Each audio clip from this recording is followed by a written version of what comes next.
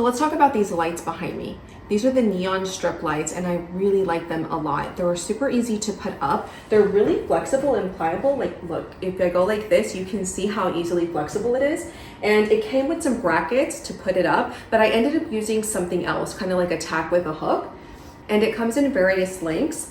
It also comes with this remote and it allows you to change the color. So here is red, green, here's blue. It comes with so many different options and the receiver is really responsive. There's 4 options that allow you to make it from the brightest to the most dimmable.